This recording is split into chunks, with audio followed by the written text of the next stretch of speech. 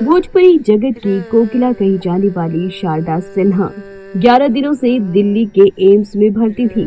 तबीयत बिगड़ने पर 26 अक्टूबर को एम्स में कराया गया था भर्ती।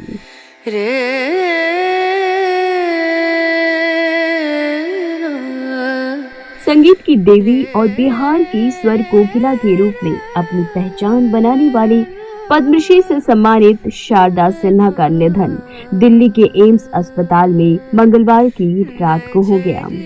बिहार की स्वर कोकिला कही जाने वाली भोजपुरी लोक गायिका शारदा सिन्हा अब इस दुनिया में नहीं रही।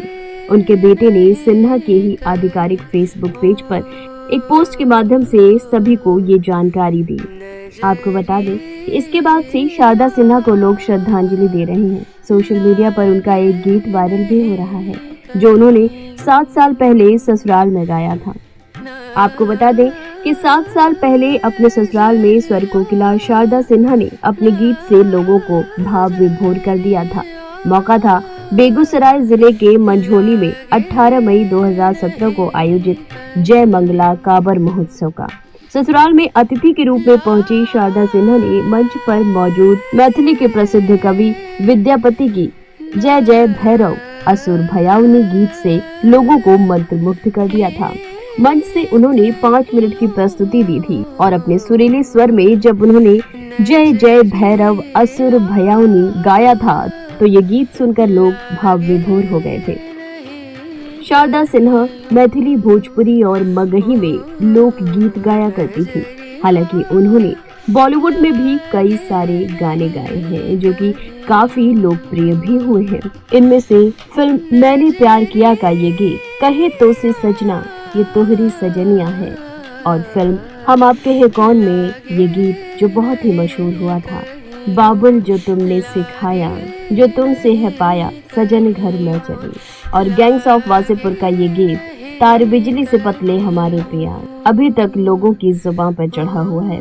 शारदा सिन्हा के गाए कई गाने ऐसे भी हैं जिन्हें सुनकर लोग छठ का पर्व बड़ी धूमधाम से मनाया करते हैं। छठ गीतों को घर घर तक पहुंचाने वाली 72 वर्षीय शारदा सिन्हा छठ महापर्व के पहले दिन यानी नहाए खाए के दिन ही छठी मैया की गोद में समा गईं। शारदा सिन्हा अब इस दुनिया में नहीं रही, लेकिन एम्स दिल्ली में इलाज के दौरान उन्होंने अंतिम सांस लेने से पहले अपने बेटे को अपना आखिरी शब्द बोल ही दिया और वो शब्द इतने मार्मिक थे कि सुनकर हर किसी की आंखों से आंसू टपक जाएगा। जी हाँ, पद्मश्री और पद्म भूषण से सम्मानित शारदा सिन्हा अब हमारे बीच में नहीं है, लेकिन उनकी यादें हमेशा साथ रहेंगी।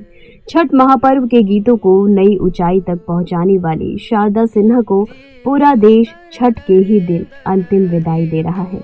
हम सबके बीच अब शारदा सिन्हा के गाए गीत सिर्फ यादों में ही रह जाएंगे। भारत ही नहीं, विदेशों में भी शारदा सिन्हा के गाए गीत आने वाले कई वर्षों तक ऐसे ही गूंजते रहेंगे।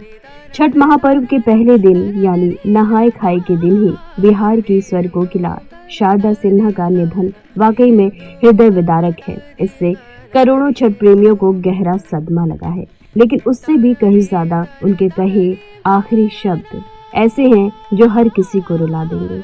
शारदा सिन्हा जिंदगी भर छठी मैया के गीत गाती रही, लेकिन नहाए खाए के दिन ही छठी मैया ने अपनी प्यारी सी बेटी को अपने आंचल में समा लिया। इस दुख की घड़ी में पूरा देश शारदा सिन्हा के परिवारजनों को धैर्य धारण करने को और दुख सहने की नसीहत दे रहा है। लेकिन शारदा सिन्हा ने जाते जाते भी छठी मैया को याद किया और अपने बेटे को बोला। दरअसल किसी भी महिला की अंतिम इच्छा होती है कि वो अपने पति का साथ जिंदगी भर न छोड़े, और शारदा सिन्हा ने भी अपनी अंतिम इच्छा अपने बेटे अंशुमान सिन्हा के साथ शेयर की थी। उनके बेटे अंशुमान सिन्हा ने केंद्रीय मंत्री गिरिराज सिंह को कहा कि उनकी मां की अंतिम इच्छा यही थी कि जहां उनके पिता का अंतिम संस्कार हुआ है वहीं मेरा भी अंतिम संस्कार कर देना बेटा। मेरी इच्छा सुहागन बनकर ही इस दुनिया से जाने की थी, लेकिन वो हो नहीं सका, इसलिए मेरा भी अंतिम संस्कार वहीं करना जहां अपने पिता का किया था। आपको बता दें कि शारदा सिन्हा अपने पति से बहुत प्यार किया करती थी। शारदा सिन्हा के पति का भी 2 महीने पहले ही लंबी बीमारी के बाद निधन हो गया था। शारदा सिन्हा खुद कैंसर से पिछले 5-6 साल से लड़ रही थी, लेकिन अपने कैंसर की बीमारी में भी अपने पति का साथ कभी नहीं छोड़ा। और जब पति का 2 महीने पहले निधन हो गया तो वो अंदर से बिल्कुल टूट गई। बेटे अंशुमान के कहे मुताबिक उनकी माँ पिता के निधन के बाद काफी निराश रहने लगी थी। शायद उनकी अंदर से जीने की ललक ही खत्म हो गई थी। शारदा सिन्हा के पति का नाम बृजकिशोर सिन्हा था। 2 महीने पहले ही उनके निधन के बाद उनका अंतिम संस्कार पटना के गंगा घाट में किया गया था।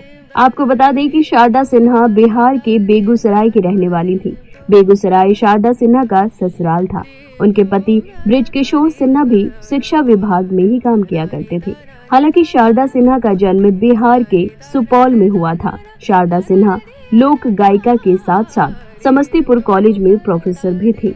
दोनों पति पत्नी रिटायर होने के बाद दिल्ली से सटे इंदिरापुरम में अपने बेटे के साथ सालों से रह रहे थे। शारदा सिन्हा के 2 बच्चे हैं, एक बेटा और एक बेटी, लेकिन नियति को ये मंजूर न हुआ। 2 महीने पहले उनके पति के निधन के बाद शारदा सिन्हा को भी हमसे छीन लिया गया। और देखिए ना, ये अजीब विडंबना है कि जिस छठी मैया के गीत गाकर उन्होंने दुनिया भर में अपनी छाप छोड़ी, उन्हीं छठी मैया ने छठ पर्व के पहले दिन ही उन्हें अपने आंचल में समेट लिया। ये वक्त, ये इतिहास सभी को याद रहेगा। चाहे शारदा सिन्हा के गाए छठ पर्व के गीत हो, चाहे उसी पावन पर्व पर उनके हुए निधन की बात हो, उनके प्रशंसक, उनके शुभचिंतक या यूं कहें पूरी दुनिया हमेशा याद रखेगी। भोजपुरी संगीत की स्वर कोकिला कही जाने वाली शारदा सिन्हा के निधन का दुनिया भर को अफसोस है, लेकिन उनके गाए तमाम गीत, चाहे भोजपुरी गीत हो चाहे बॉलीवुड के गीत हो, हमेशा याद आएंगे। इसी के साथ फेयरफ्लिक्स एंटरटेनमेंट न्यूज की तरफ से संगीत की देवी, भोजपुरी संगीत की स्वर कोकिला शारदा सिन्हा को हम भावभीनी श्रद्धांजलि देते हैं। इसी के साथ दीजिए सीमा शाही को इजाजत। नमस्कार।